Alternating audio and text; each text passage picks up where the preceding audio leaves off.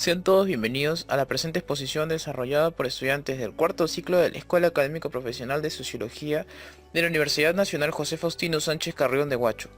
Como pueden apreciar, en esta oportunidad le traemos la teoría crítica de Pierre Bourdieu de la asignatura Teoría Sociológica 3 desarrollada por el docente Héctor Romero Alba.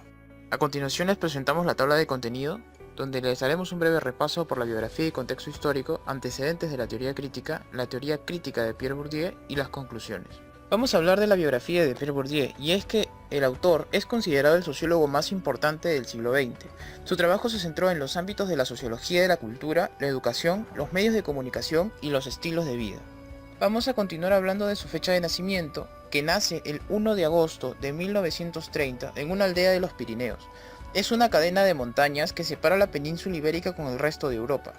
Hijo de padres y abuelos campesinos, considerado un excelente estudiante. Egresa de la Escuela Normal de París en el año 1948. Se interesa y reúne a la generación de quienes cuestionan las corrientes dominantes del campo filosófico como Nietzsche, Marx, Michel Foucault y Sartre. En el año 1953, a la edad de 23 años, se diploma en la Escuela Normal Superior de París con la tesis Las glosas de Leibniz a parte general de los principios de Descartes. En el año 1954 viaja a Argelia durante su servicio militar y en plena guerra por la independencia. Cabe mencionar que Argelia aún era una colonia de Francia, y aparte esta experiencia de viajar a Argelia posteriormente le va a ayudar a publicar El trabajo y los trabajadores en Argelia y en el año 1998 Dominación masculina. En el año 1960 regresa de Argelia a París como profesor de la Universidad de Lille, cuyo cargo fue ocupado hasta el año 1964. En el año 1961 encara un estudio sociológico que él mismo capturó en Argelia. Se resalta la palabra capturó porque hace uso de la fotografía como método importante para analizar las realidades. En el año 1962 se casa con Marie Claire Brissard y es ese mismo año cuando publica su obra Los Herederos, obra que lo hará un reconocido sociólogo. En el año 1965 empieza sus estudios sobre las prácticas culturales. En el año 1968 funda el Centro de Sociología de la Educación y la Cultura. En el año 1979 publica Distinción, una crítica social del juicio, su obra más importante en el ámbito sociológico. En el año 1993 publica La miseria del mundo, donde usa la antropología y la sociología para hacer una radiografía de la exclusión social. En el año 1995 se une a las huelgas estatales en contra de las reformas neoliberales. Se convierte en un intelectual activo con más causas sociales. Muere en el año 2002 a causa de un cáncer de pulmón de células pequeñas. Posterior a ello tenemos el contexto histórico, y es que Pierre Bourdieu nace en el 1930 y muere en el año 2002. Aquí hallamos hechos históricos importantes, como la Segunda Guerra Mundial. Entre los años 1939 y 1945 hallamos la contienda más devastadora que la humanidad jamás ha conocido, con aproximadamente 60 millones de muertos y 100 millones de combatientes. Las causas de este enfrentamiento bélico fueron la política expansionista de Alemania y el enfrentamiento de ideologías en comparación a sistemas políticos opuestos, el liberalismo democrático y el nazifascismo.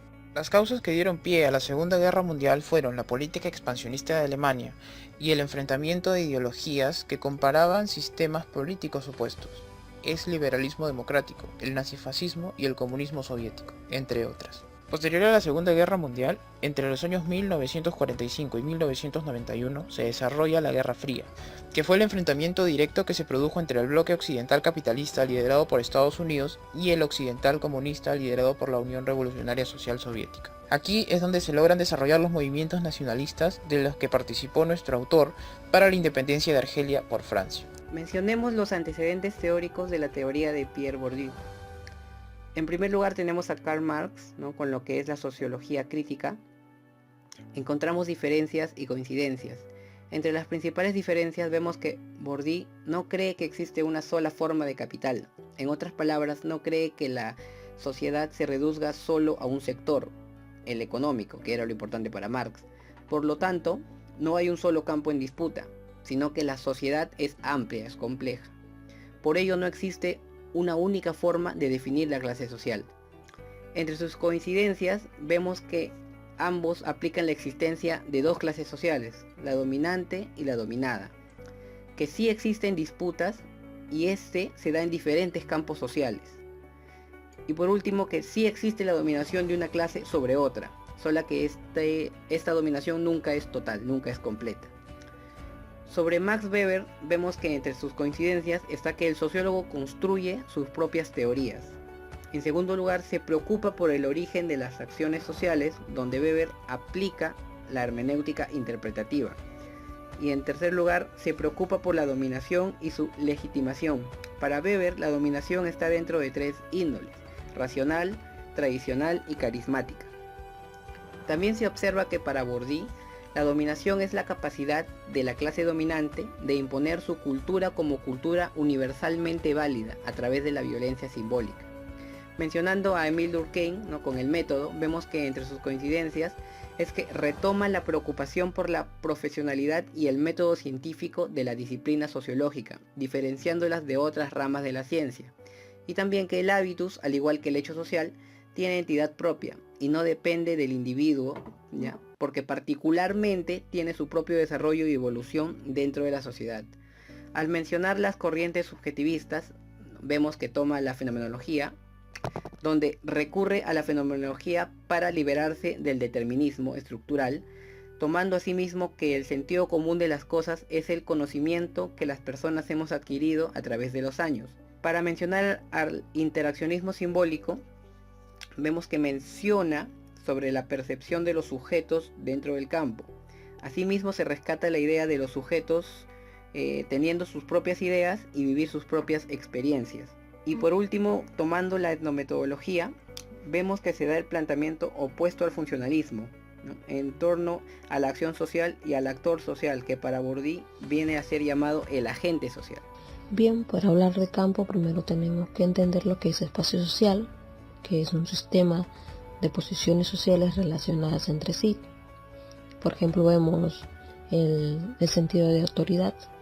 Podemos encontrar relaciones sociales y posiciones, ¿no? Por ejemplo, el patrón en relación con el empleado o el burgués en relación con el proletario. Es decir, es un sistema de diferencias sociales jerarquizadas, donde los sujetos lo pueden modificar a través o mediante la transformación del hábitus. Por lo tanto, el campo está compuesto por instituciones, por agentes y prácticas que despliegan un conjunto de normas y reglas para la interacción, donde los sujetos lo asimilan a través de la socialización. Los campos, entonces, son los espacios sociales de estructuración y articulación histórica de las colectividades. Por ejemplo, existe el campo científico, el campo de la moda, el campo religioso, del arte, de la política. Hay diferentes campos. Hay campos que se han convertido en centros de acopio social, otros que apenas sobreviven, ¿no?, debido a las pequeñas cofradías, y otros que se han diluido con el tiempo. Por ejemplo, si hablamos del campo religioso, que más que nada se debe a la influencia, ¿no?, del catolicismo, es mayor en organización e influencia social que el campo de la danza, por ejemplo.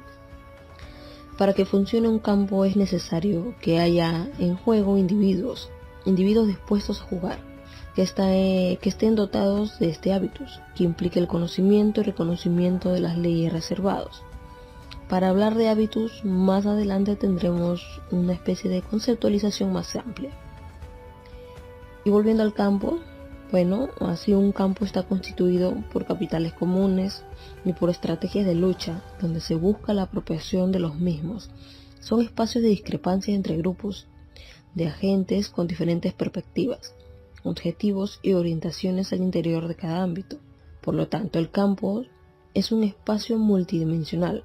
Es el territorio social y simbólico del consumo, de los oficios, de las habilidades, del ocio, de los sueños, de las formas de conversación y discrepancias. Capital o capitales. En cada campo existen diferentes recursos que están en permanente juego. Está el recurso económico, el recurso cultural y el recurso social, que tienen una relación muy estrecha a pesar de ser distintos. Estos tres tipos de recursos son los que cada gente va a tratar de apropiarlo en el campo. El recurso económico, dentro de este recurso está el dinero, que ocupa un lugar preeminente dado a su universalidad. También están los bienes de propiedades, las inversiones, etc. En el recurso cultural está la información, los saberes, los conocimientos socialmente validados, aquellos transmitidos de generación en generación también. Dentro de este recurso capital está el punto objetivado, que son los libros, los archivos, las bases de datos, la música, los vídeos, los objetos de arte. El subjetivado, que parte desde el consumo, la apropiación, la interiorización de la cultura objetivada. Lo institucionalizado, que son los títulos, las constataciones, las constancias, los certificados, los diplomas, las acreditaciones institucionales. Dentro del recurso social está la movilización de redes sociales en provecho propio, derivadas de pertenencias a diferentes grupos, relaciones, contactos, parentescos. Estos grupos constituyen los intereses en juego y también las condiciones para entrar en ellos, para incrementar los recursos comprometidos. Es por esto que el nombre de capital varía aquí. Primero son recursos y cuando son puestos en juegos pasan a ser capitales. Es un punto importante en la teoría de Bourdieu. También está el capital simbólico, que son las propiedades inherentes a la persona como la autoridad, el prestigio, la reputación o el crédito, la fama, ¿no? No es más que el capital económico, cultural, conocido y reconocido por los demás. Debemos tener en cuenta también que el capital económico, en cuanto a este capital, la posición de este es lo que decide el éxito de las luchas en todos los campos. Por eso que a Bourdieu se le etiquetó de neomarxista, ¿no? En este campo o en este capital existe lo que es la dominación, también existe lo que es la desigualdad, justamente por ello, ¿no? Por último, si hablamos de dominación y desigualdad, podemos plantearnos la siguiente pregunta: ¿de dónde nacen y crecen estas diferencias sociales? ¿Dónde se reproducen las estructuras sociales? Para contestar a ello, ¿qué mejor que el propio Pierre Bourdieu? En el siguiente video veremos lo que él nos dice sobre ello. Du point de vue d'une sociologie explicative, enfin, qui rend compte de ce que les gens font, il est capital de voir comment ils sont faits.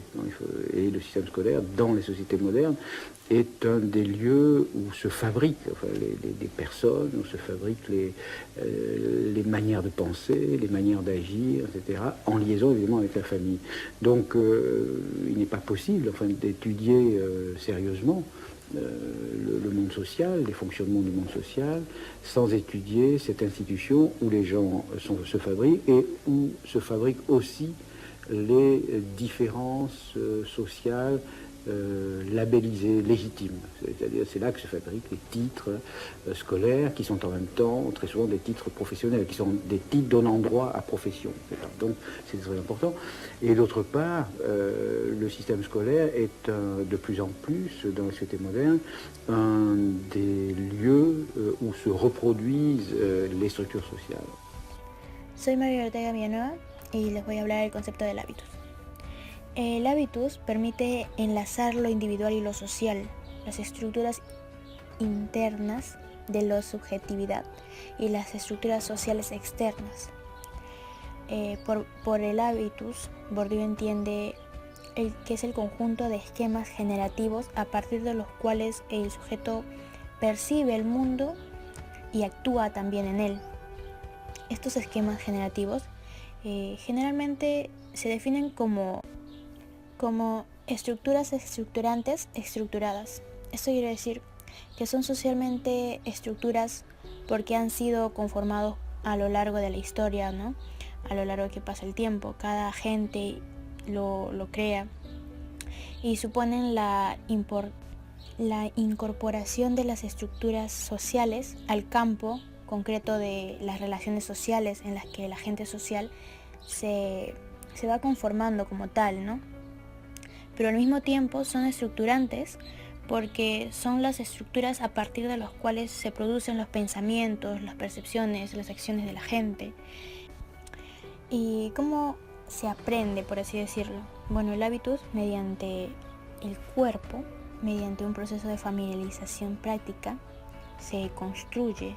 Con la práctica, digámoslo así, se crea el hábitus. Disposiciones o esquema. Bourdieu recurre a dos registros categoriales para definir el hábitus: el de disposición, que es heredada de la filosofía moral, y el de esquema, que es heredada del estructuralismo de Levi-Straussiano.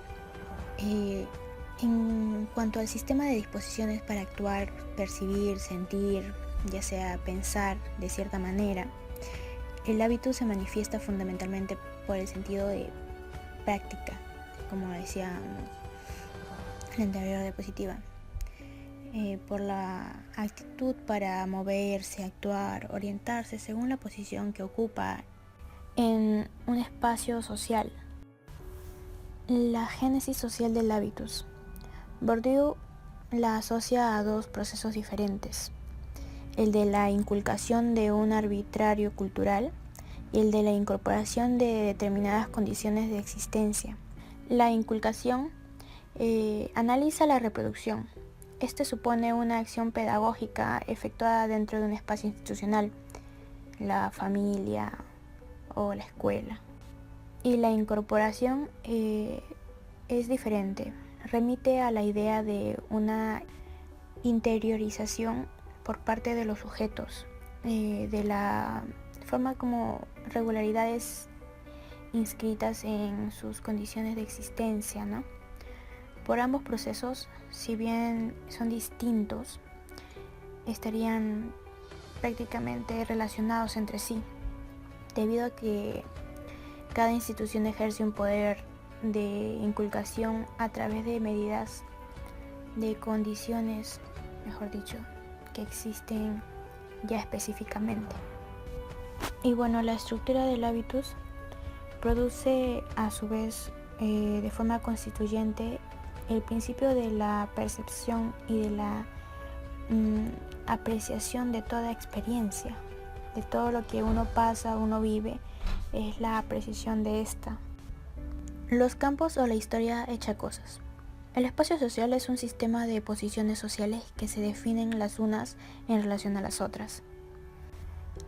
El espacio social es definitivamente un sistema de diferencias sociales jerárquicas. El campo se define como todo espacio social, con una red o una configuración de relaciones objetivas entre las posiciones diferenciadas que están socialmente definidas en gran medida, son independientes a la existencia física de los agentes que ellos ocupan. Y bueno, para explicar mejor el gráfico que se ve en la diapositiva, Bourdieu nos dará una definición de gusto. Le goût est cette chose très très paradoxale qui à la fois nous permet de faire des différences, de produire des préférences, de dire j'aime mieux ceci que cela, et en même temps qui nous rend justiciables de jugement de préférence.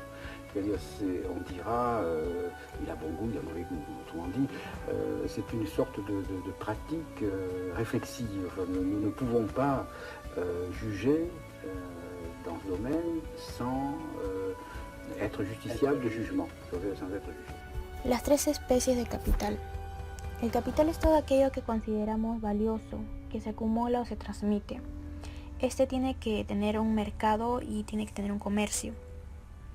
Bourdieu nos habla del capital económico, que es el dinero, los bienes, las propiedades, todo lo que se adquiere a través de o monetariamente. Luego está el capital cultural, los cuales son los diplomas escolares, los diplomas universitarios, los bachilleratos, libros.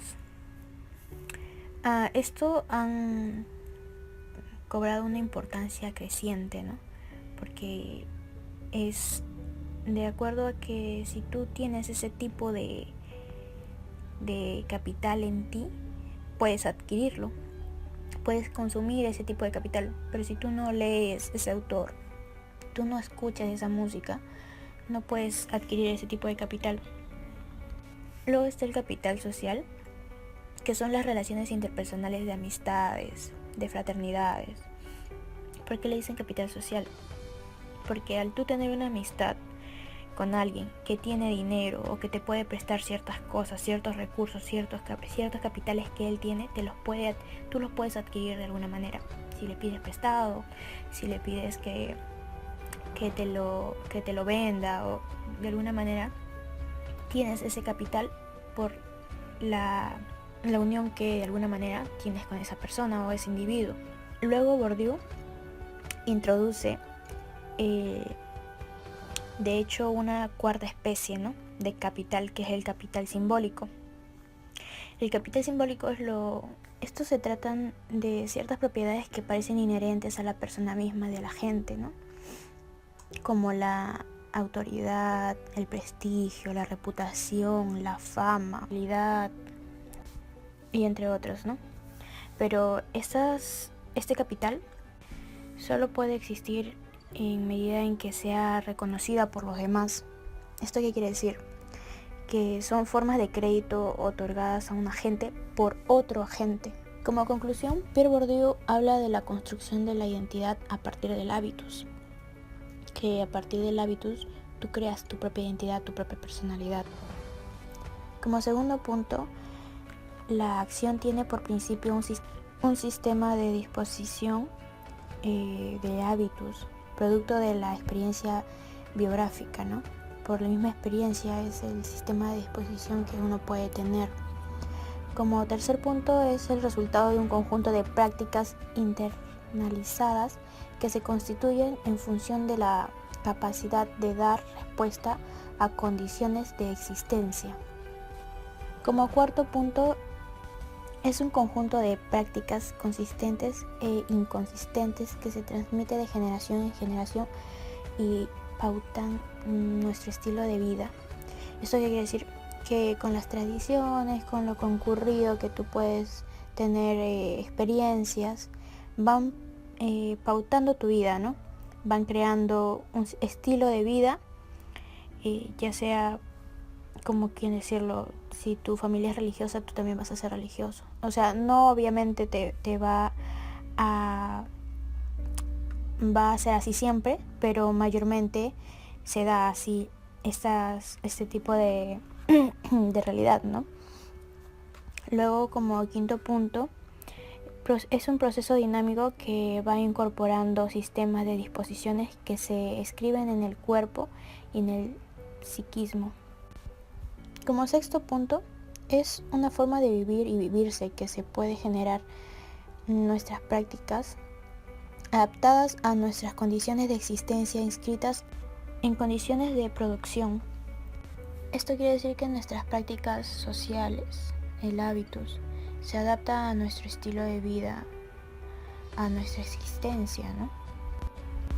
Luego la producción y reproducción de conductas sociales internalizadas por nosotros y nuestro entorno social. Esto quiere decir que nosotros vamos a interiorizar nuestro pensamiento, nuestra reproducción, nuestra producción, gracias a el entorno social y nosotros como lo tomemos, ¿no? Nuestros pensamientos, nuestras conductas. También otro punto es que no hay información ni comunicación fuera de un espacio social histórico, sino entre agentes sociales históricamente construidos, de que nosotros no nos podemos comunicar y que tampoco va a haber información sin ya antes saber un antecedente de este. Para culminar, la información y la comunicación también es la puesta en práctica de los hábitos de clase y de los capitales culturales incorporados en esos hábitos de los agentes en comunicación. Esto quiere decir que el hábito de clase también hace referencia a la información que uno puede adquirir dependiendo en qué campo social te estés establecido, ¿no? La comunicación en la forma en la que tú puedes comunicarte o tu léxico es diferente a alguien adinerado, a alguien que vive en la sierra. Tu forma de hablar siempre va a ser diferente, la forma de comunicarte, ¿no? También el tipo de información cultural que puedes adquirir de acuerdo al capital que tengas económicamente. tal vez puedas adquirir capitales culturales mucho antes que otras personas que no tienen el capital económico. Bueno, eso ha sido todo. Muchas gracias por su atención.